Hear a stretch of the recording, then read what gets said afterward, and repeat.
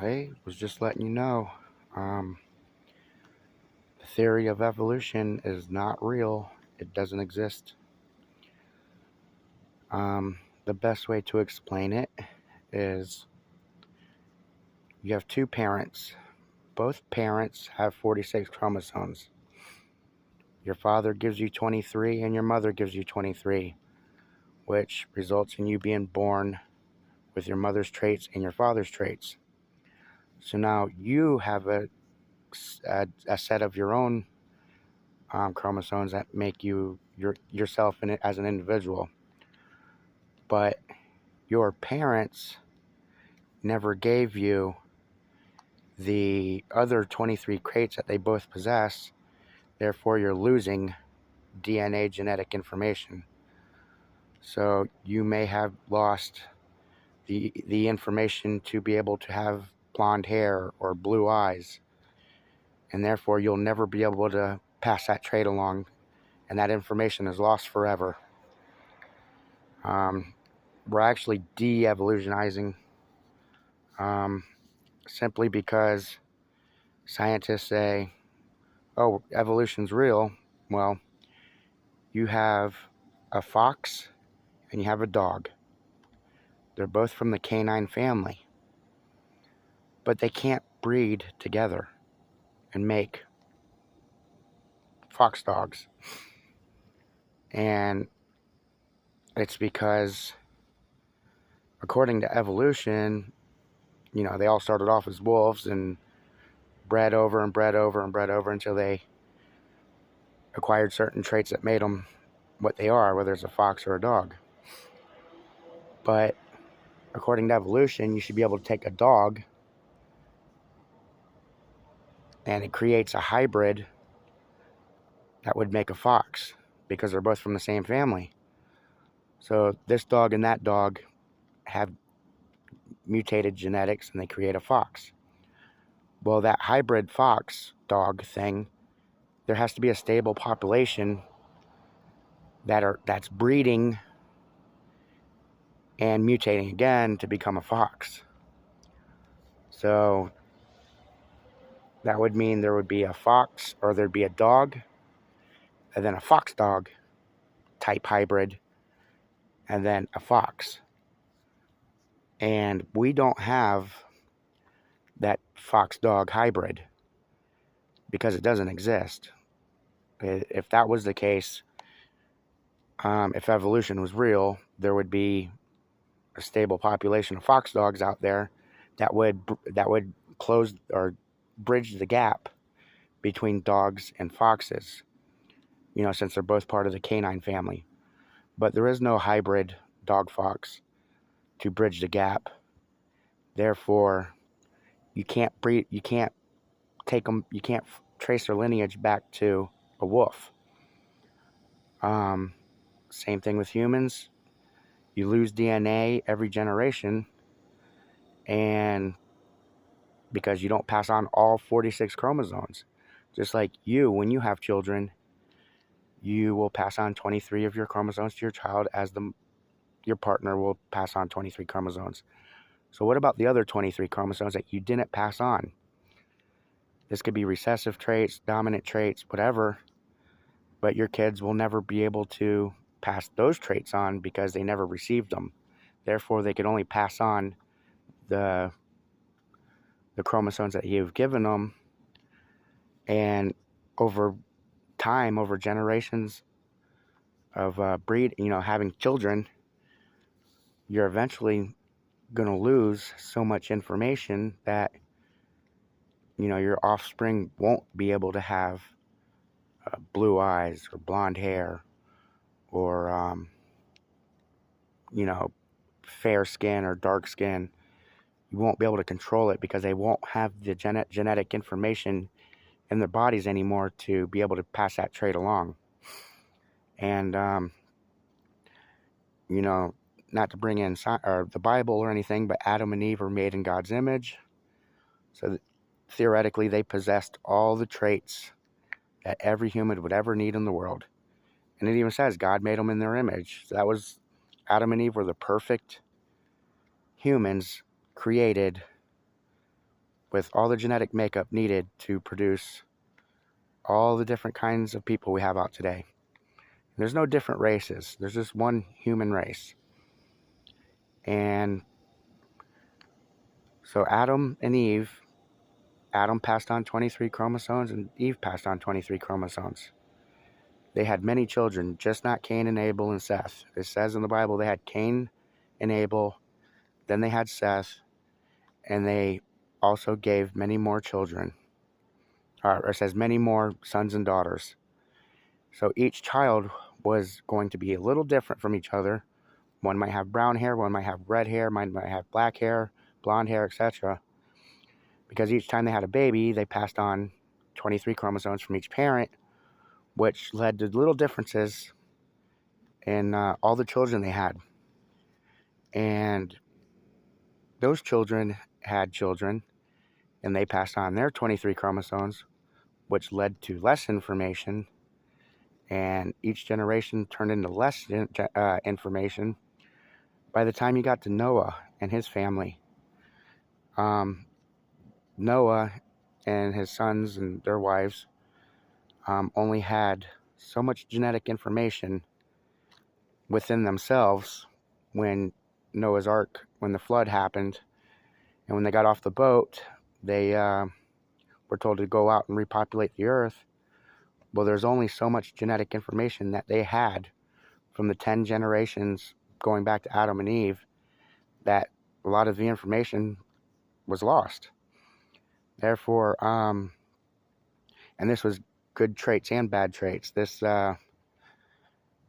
ultimately led to people slowly over generations taking on the bad traits like obesity, blindness, balding, anything like that, just natural deformities that we don't like today. Like, nobody likes to be fat, nobody likes to be bald, or if you go blind or you need glasses at an early age, those are the traits that nobody wanted.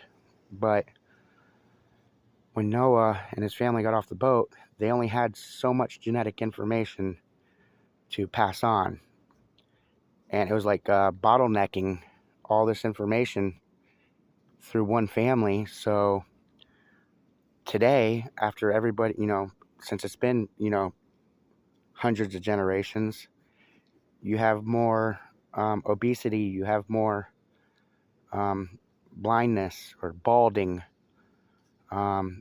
these, birth defects that are prominent. And it all stems back to Noah's family's genetics, how much good genetics they had and how much bad genetics they had. And because they lost half the information every generation, there's information there that we will never experience, that we'll never get to see, like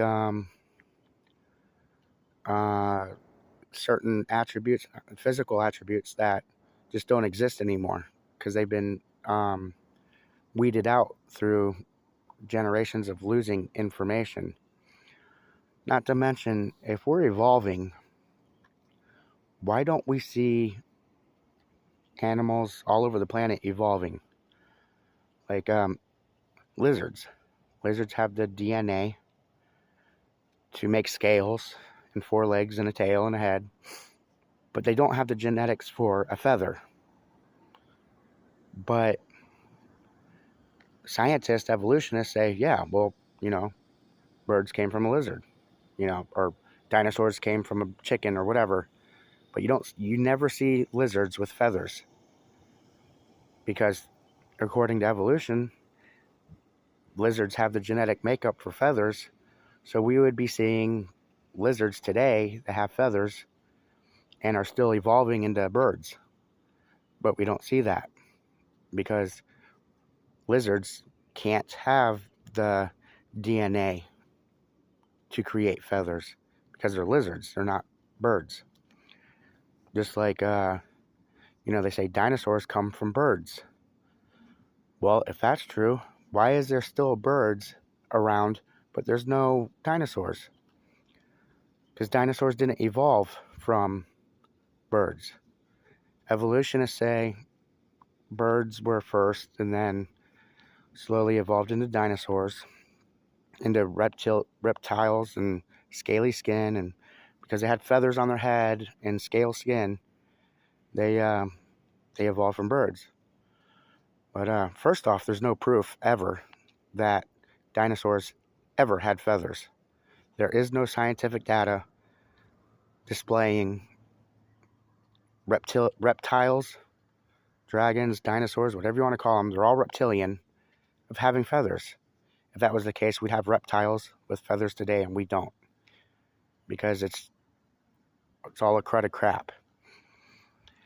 And to say humans evolved from orangutans, gorillas, monkeys, whatever, is utter crap too, because if that was true, you'd have to have two monkeys and have a genetic mutation of some sort to create a hybrid.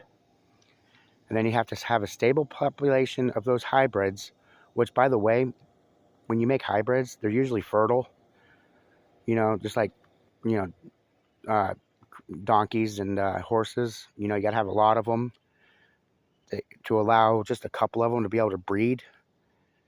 And once those two breed, they have to have a stable population. So just in order to make a stable population of this monkey that mutated into a Neanderthal or something along those lines, the missing link, for instance, they're not going to find the missing link because there isn't one. There is no proof that we evolved from monkeys, because if there was, we'd have a stable population of monkey-man hybrids right now. In other words, if to close the gap between normal humans today and monkeys, there would be there'd be a hybrid in between us. So you'd have the monkeys on the left side, and you'd have the hybrid in the middle that were able to create humans. Because humans and monkeys can't breed. So you'd have to have something to close the gap, which would be a hybrid of some sort. And and those hybrids would have to have another genetic mutation to create humans. So scientifically, it's impossible to create humans from monkeys unless you alter the DNA, and that would require divine intervention or extraterrestrial intervention that are thousands of years ahead of us and know how to take the double helix and cut out this part of information and weld it with that information to create what they're looking for. And that's just impossible for humans today. Now, it'll happen thousands of years down the road. Humans will be able to create hybrids of whatever they feel like creating, because they'll know how to take the double helix DNA structure and cut it and chop it and splice it together with others and create, basically any hybrid animal they want. But for now, we can't do it. So, and scientists are like, oh, well, we don't know what that's just junk DNA. No, it's not junk DNA. Your body uses all of its DNA at birth to create the person you are. So you can't say it's junk DNA, that we don't need it. Because if we didn't need it, according to evolution, it wouldn't be there, because it's been casted away a long time ago.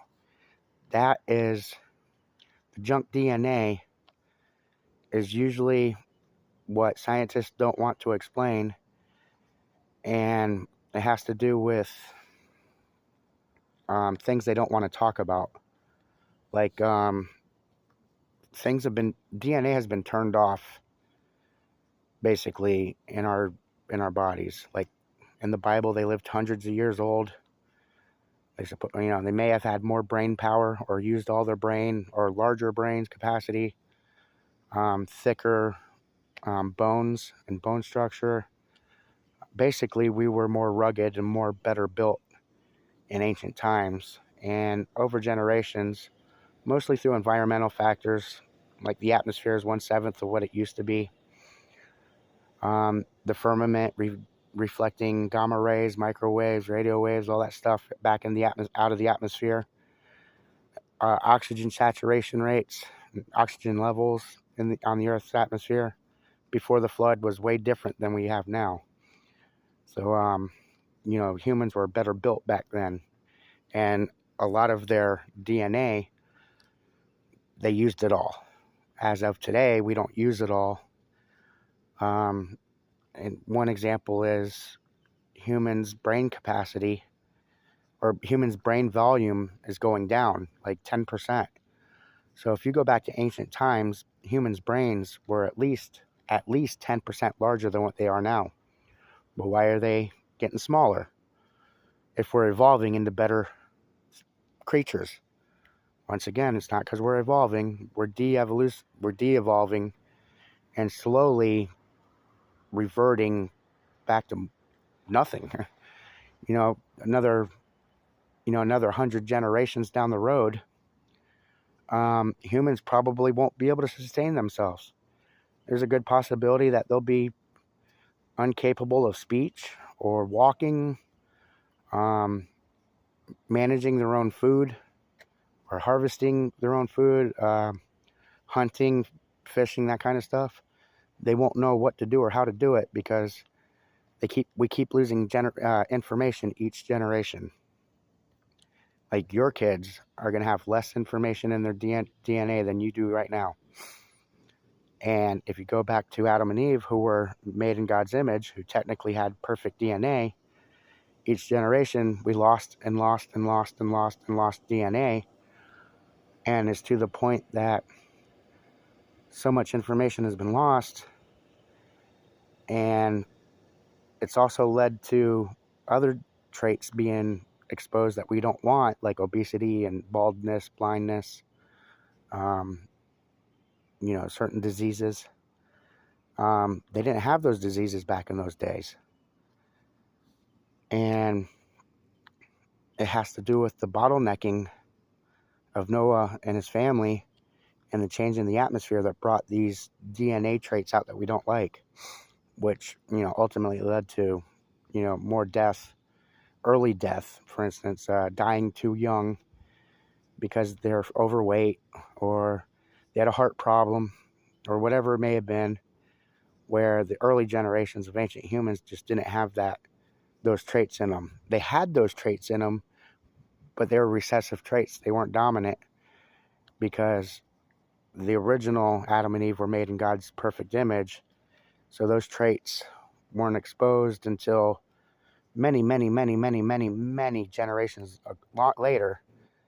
And then we had enough time to eliminate or lose a lot of the good DNA along with the bad. But it helped when you have your mother and your father both have these traits. It helped those traits become dominant instead of recessive. Therefore, dominant traits like overweight or obesity became normal, where in ancient times nobody was obese. And then it started, maybe a king here and a king there would be obese because, well, he's the king and he can have whatever he wants. He wants food, so he eats it. That helped bring out the obesity trait in that lineage. And then you may have had a princess with the same problem where they turned around, had babies, and made 15 babies, and 13 of them were obese. Now that trait's getting passed down further generations to the point where it's today, and there's so many family tree branches that there's a lot of obese people now, and we're de-evolving. It's just horrible. And if you think that you have proof of evolution, show me. I'll gladly look at it.